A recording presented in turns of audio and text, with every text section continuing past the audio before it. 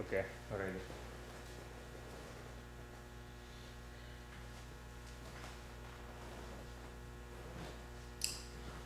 The lighting are good? Yes, it's fine. Are you sure? Yeah. Okay.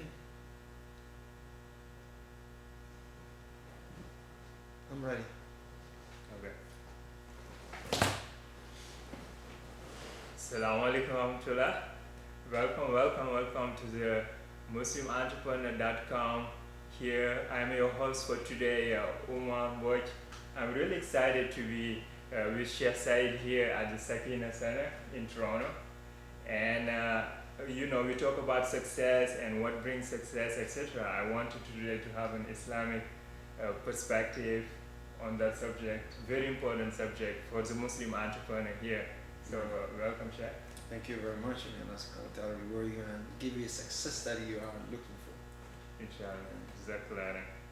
Now, the Sheikh is very well known all across the world, but especially here in the GTA for his leadership and his contribution. He also has a TV station as well, Sakina TV, and he's well traveled.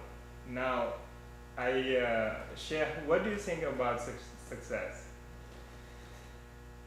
Success is key word. When you hear success in Arabic, we call it al-falah. قَدْ أَفْلَحَ مَنْ تَزَكَّى. And Allah subhanahu wa ta'ala said, those who purify themselves, they are indeed successful. Everything that will لَعَلَّكُمْ تُفْلِحُونَ in the Quran, you will also, perhaps you will be successful if you do such and such. لَعَلَّكُمْ, perhaps you will be successful. Success is, something that we all earn for, something that we all go for, something that we all achieve in both worlds, not only in dunya and not only in akhirah, but also we want to be successful in this dunya. No one wants to be a failure. No one wants to be the last one. Everybody wants to be the first category. They want to be a sabiqun, they are the best of all creation. Okay. So we want to be those people. And you talked is in the book. You mentioned some of your quotes where you said that the majority of the Sahaba, the 10 that were given glad tidings of paradise, died wealthy. No, yes. Now, we also hear a lot about the Sahabas that didn't have much. So, but we don't hear so much about the wealthy Sahaba. What do you say about that? Number one, all the Sahaba, they were all successful, alhamdulillah. All of them were successful in hereafter, in akhirah. Some of them were successful in the world, in this dunya, by having so much means, while others, they died with the minimum, like Mus'ab bin Umayr, Abu Dharr al-Ghafari. Those Sahaba, when they died, they had nothing. Now, again, being successful in this dunya is required, because without success, without having, and when we say success, I'm talking about success of having means, or having properties, having money, because having these things are things that would allow you to be better, or to help you to be a better person in hereafter. And when you have to understand, Rasulullah sallallahu alaihi wasallam, when Umar bin Khattab, for example, I don't know if you remember, Umar bin Khattab and Abu Bakr radiallahu anhu, they had little, in Sahih al-Bukhari, they had little issues. Umar and Abu Bakr, they were talking, friends, and then Abu Bakr said something that Umar thought it was hurtful. And Abu Bakr also felt that it was hurtful. So they want to be successful here after. So they want to clear their accounts in this dunya. So Abu Bakr said, Umar, say it back to me. Say exactly the same word that I said it to you. Say it to me. So on the day of Yawm al-Qiyamah, we are equal. We are zero bounds. You're not going to hold me accountable. I won't hold you accountable. It's one on one. But Umar bin Khattab, he said, no, I'm not doing it. But I'm still mad. So he walked off and he walked away from Abu Bakr. And Abu Bakr started walking behind him, saying, say it to me. I don't want, say it back to me. And Umar walked away to the point, when we reached his house, he just closed the door behind Abu Bakr. Okay. Behind him, and Abu Bakr did not, were not allowed. Abu Bakr now, I'll tell you when the success, dunya success comes. Abu Bakr now, he got very concerned about his success hereafter. So he went to Rasulullah, and he was grabbing his thawb. He was really rushing. And when Rasulullah saw him, Abu Bakr coming, and he said, لَقَدْ أَسْرَفَ صَاحِبُكُمْ. He said, yes, Sahib, your companion. He's being a little bit, mashallah, he's, overexcited about whatever happened. He knew something else. He knew something was not right, Abu Bakr. Then Abu Bakr threw himself in front of Rasulullah. He said, Ya Rasulullah, I said this to my brother Umar, and I was wrong. But he refused to say it back to me. And then Rasulullah said, you should have asked him, or Umar should have said to you, may Allah forgive you. Then Umar, of course, when he calmed down, he came to his sense, and he said, went to Abu Bakr's house, he was not there. He went to the house of Rasul, he went to the masjid. And when Rasulullah saw Umar bin Khattab, he got mad at him. His face changed and turned red. And then Rasulullah sallallahu alayhi wa sallam said, he said to the rest of the Muslims, to the rest of the Arab, he said, I came to you, and I said there is only one God worthy of worship. And you told me I'm a liar, but he told me I'm a truthful.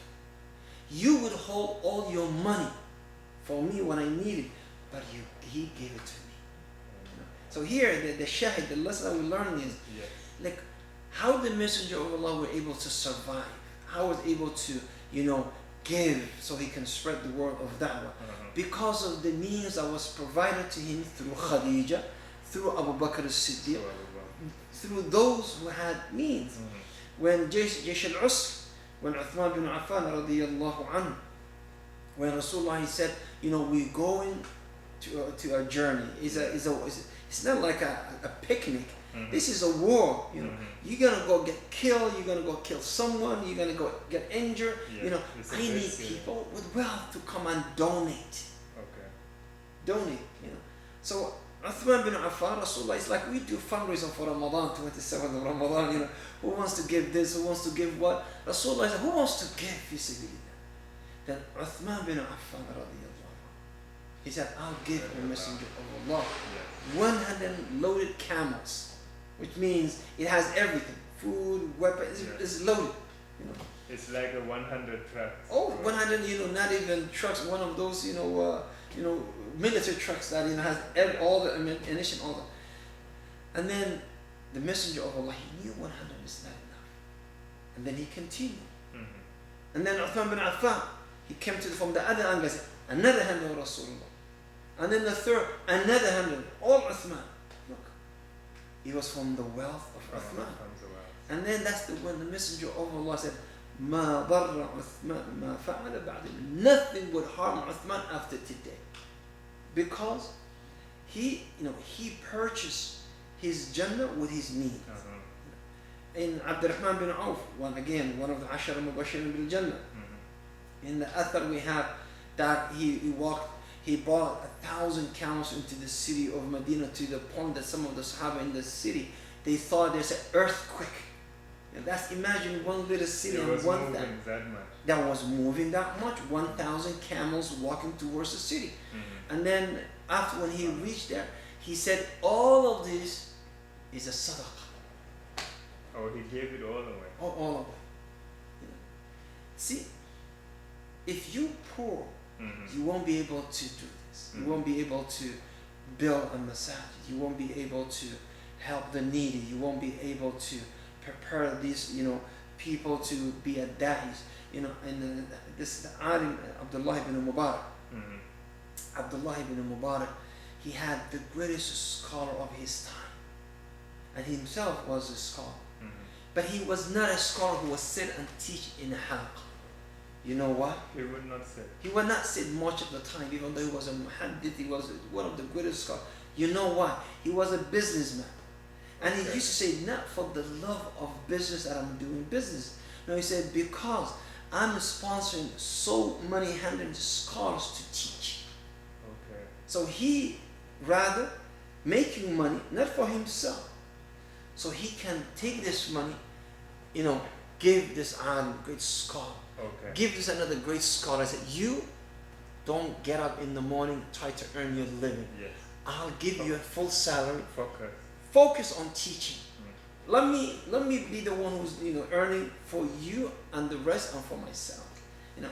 So why the Sahaba were successful in both worlds? They understood the purpose of this means, the purpose of wealth, which is, you know, something that can really take you to the highest level of Jannah. Yeah. That can make, you can use it as a tool to help yourself, to help others, to help the deen of Allah, to make sure that the deen of Allah reaches the highest level. Mm-hmm. At the same time, with the same wealth, it can take you to the lowest level of Jahannam, like Qarun. Yes. Another example. Another example, but they had means, Yeah. but this one used for filthy things, while this used for the honorable, you know, things for Jannah. So what I'm saying is that, as a Muslims, as the Nabi sallallahu alayhi wa sallam, what did he say? He said, "Al-yad al-ulya khayrun min al-yad al-sufla." The upper hand is better than It's the lower. the lower hand. Yeah. So, as a Muslim, you should always have the upper hand, which means the giving hand is better than the receiving hand. Mm-hmm. So when we become successful, when we become wealthy, if we became this wealth, it will allow it to consume us. And then I'm worried about my car, I'm worrying about my house, I'm worrying about my what kind of outfit I'm wearing. Then now you became a slave of that. So you have to have the wealth, but in order to give it away. That Partly. in order to use it as a means, As a means. vehicle. Yes. See, the hadith of Nabi sallallahu alayhi wa sallam says, Allah chooses certain servants and He gives them the blessing. The blessing. He gives them the ni'mah. Why? So they can benefit others. The Messenger of Allah said, the day that they start benefiting others, then Allah will take that away from them. Okay. You understand? Yes. So you are a vehicle, you are means to provide for others. Yes. So when you become unintelligent, you become, you know, narrow-minded and say, it's all mine, it's all mine, it's all mine, it's not for anyone else, then Allah says, no. Give it to someone else. So really wealth is just Channel. a channel. And Exactly. how much service you're giving to other people. So Allah. And that's what the Messenger of Allah said. More you give, more you get. How much should we be giving? As a matter of fact, it's how much the question should be, how much should I desire to get? Okay. It's all about how much you want to get. It's not how much you should give. How much, because if you give $1, Allah promises you 10. Yes. If you give 10, Allah promises you 100. And that's how it goes. So it's like, how much should I anticipate getting from Allah? How much should I desire getting from Allah? You know, one of the best people that I've met in terms of giving is an old man who had nothing, but he learned the secret of success, the secret of falah. And the secret of falah, he said, I said, what is, I thought he's going to tell me, you got to save it before you invest. You got to invest it smart. Okay. You got to, make sure you invest your money in the right channels. You make sure what it was selling in the market. What was he doing? What was his activity? He learned that the secret of success is giving, not keeping. So this man, he is a millionaire, if he's not a billionaire. I'm talking about he has if hundreds of millions of dollars. Okay, mashallah. Cannot count his money. Yeah. He has not a single degree. He's not like you, PhD, like at this degree. It's Yes. none of us. But he is so wealthy. I'm saying, how do you do it? He can hardly read or write. He's saying, I learned to give.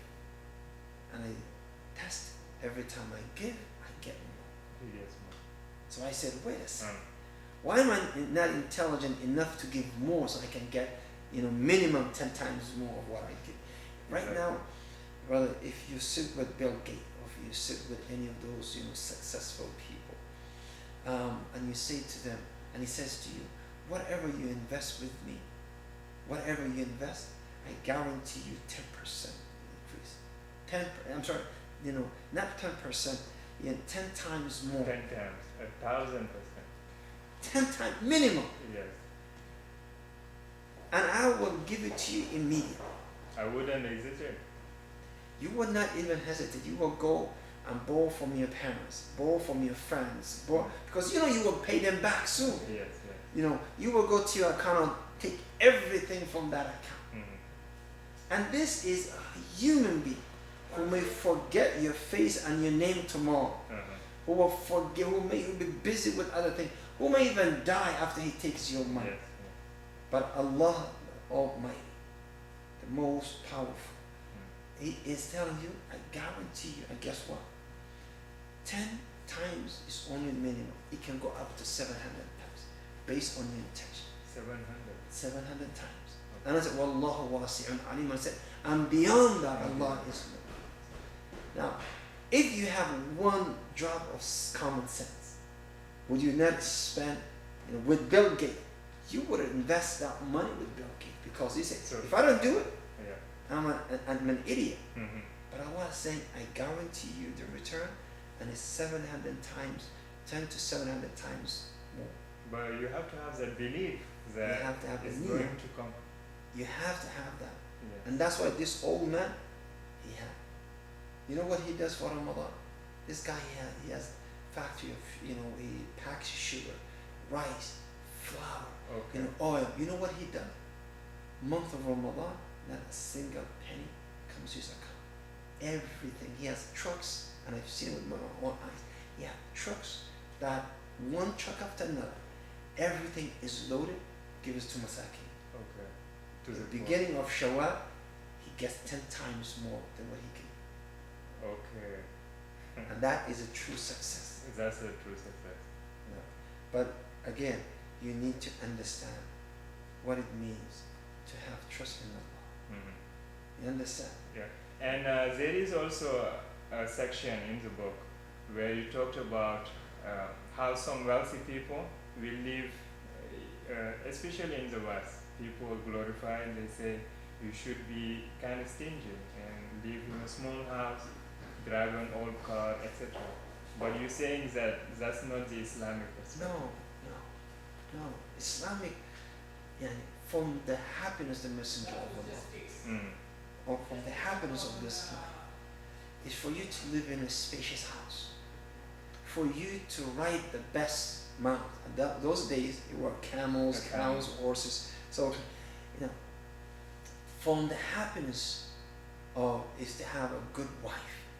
These three things. Okay. And also they are from the miserable of our life is to live in a tight house, Yes. to drive or to have the most, simplest vehicle, and to have the worst wives. That's also from the misery of this life. That's true. And the Messenger of Allah said, Allah likes to see His ni'mah upon His servant. Okay. Now, if I'm rich, but I'm wearing a patched thobes, and I'm just have little, and I'm sitting, there's nothing wrong being humble. Yes. Don't get confused. I'm not saying that you gotta drive, Ferrari, or drive, Porsche, and then you just say, no, I don't want to sit with you. Yeah. No, that's arrogance. That's where you lose the blessings of Allah. Mm-hmm. But you come and you feed the people. You feed the people. You say Allah has given. Go ahead, eat. Make miskin eat. Go. What would you want? Go. Yes. Friend of mine, Lisa, used to meet Allah when he was once upon a time. He's Hakim al-Ajwan. I don't know if you know him. He used to play NBA. No. I don't know. What's his background? He's used to be a basketball player. Oh yeah. NBA basketball player. And subhanallah, look, once he saw this Somali man with, simple, in America, it's number of kids trying to you play basketball yourself. Yes, because so he's trying to go home, leaving from masjid home. And then Hakim said, "Get out, I'll give you a ride." He gave him the ride. He said, "Where's your car?" He said, "I don't have a car." And I walked to the masjid. Hakim turns, gets to the car dealer, gives him a minivan. Now come to the masjid. Oh, he bought him He bought him a minivan. Okay. Now, Mashallah. that is a success. Yeah. Not to brag, no, but that is how you should use your money. And so if Allah gives you, Allah wants you to give it to the people. Yeah. And say this is from the ni'mah of Allah subhanahu wa ta'ala. Mm. When Nabi sallallahu alayhi wa sallam, his camel was the best camel of his time. Okay. And Qaswa, everybody knew It was fast. it was the fastest, the strongest camel. The Messenger of Allah didn't say, you know, I'm Rasulullah, you know, I should be humble. Give me the lean, the old, sick, lean camel. You know, I'll be the last one. You know, no, he had the best camel. The best camel. And they used to race, and his camel always used to win. Okay. You understand? So, if you can, then buy the best camel. Mm. If you can afford from halal resources, I'm not saying get a mortgage house from a bank and say, oh, look, Allah bless me. No, go and get that best house. Yes. Yes. That's how it should be. Exactly. Now, that is a success. Mm. Absolutely. Now, last question. It's about the law of attraction. I don't know if you hear about it. In the West, it is a philosophy that says that if you think negatively, you will get negative results. So, for example, if someone is thinking about disease all the time, then they tend to have that disease. What do you say about that? Islamic? It's not true. Uh-huh. It's not true. As a matter of fact, when I want the best, I think of the worst. Like, if I want, you know, I'm saying, okay, Brother Umar is not going to show up for the interview. He's not coming. You know, I think the worst. Then you come. Is it? Okay. I prepare myself for the worst, and usually it happens the opposite. You know, they tell you if you think positive, always. You know, I was listening to one of these ladies, and she's saying, you know, this guy was, you know, thinking about, you know, I want to see a feather. I have to have a feather, you know, and then a feather landed in front of. Wait, that's nonsense. Okay. You know, but on the other side, Islam is all about being positive. Mm. Don't be negative. Yes. You know, even if I see you doing something bad, Islam is saying, no, don't think bad about it. You know, think positive about it. Think positive about your brother. About everyone. Yeah. See, think positive about if your neighbor who's not Muslim, who have you never seen him doing anything bad? Uh-huh. You know, you found a garbage in front of your house. You say, oh, it must be a mistake, or so, you know, Okay. something happened. Don't think negative of people. Mm. That's what Islam says. Husn al-dhan, good thought of everyone. Good. You know, we're not a negative people. We're not. Mm. Even the Messenger of Allah, when someone accepts Islam or before someone accepts Islam, or if you see someone and he will ask their name and their name is too negative, you say, no, your name is not that. Change your name. Change your name. Hassan, Ali bin Abi Talib, when his first child was born, which is the grandson of Rasulullah sallallahu, and Rasulullah comes to him in one of the narration. He said, "What did you name your son?" He said, "I named him Harb."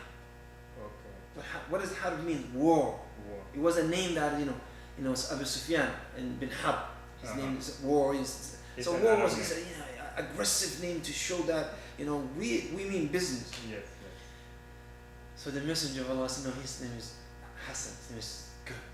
His name is good. Hassan means good. Uh-huh. Good. Ali said, "Fine." Rasulullah named the boy Harb. So then next boy was born. He said, "What did you name your second child?" He said, "Harb." Again, he said, "No, we'll name him Hussein." Means little good, minor good. Okay. Because Hassan is good, Yeah. Minor, you can't have two Hassans. So Messenger of Allah but also if the person is overconfident, he will also change their name.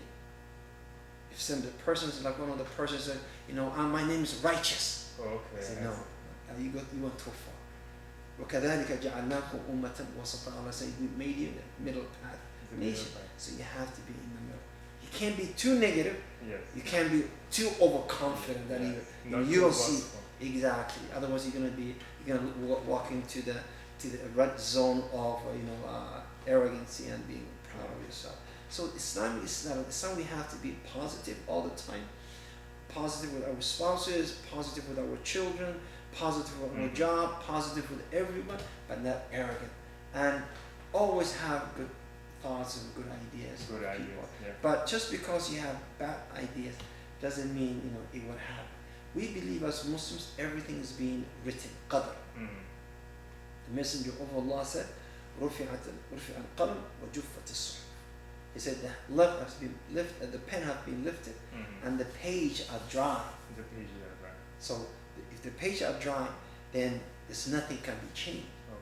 So whatever, that's why I said whatever was to hit you will not miss you, You do and that. whatever was to miss you will never hit you. So don't we don't say, oh my God, I have negative thoughts, therefore I got negative things, I got fired or my boss yell at me. None of that in Islam. It's already written. Yes, but you also have to be always Always optimism, uplifting. positive, and so on. Okay, so that was the last question. Jazakallah. Jazakallah and Sheikh, and for the enlightenment and the Islamic perspective on success and entrepreneurship. May Allah subhanahu wa ta'ala give you success, and I endorse the book for the brothers to read your book and watch your show. May Allah subhanahu wa ta'ala bless it. Jazakallah.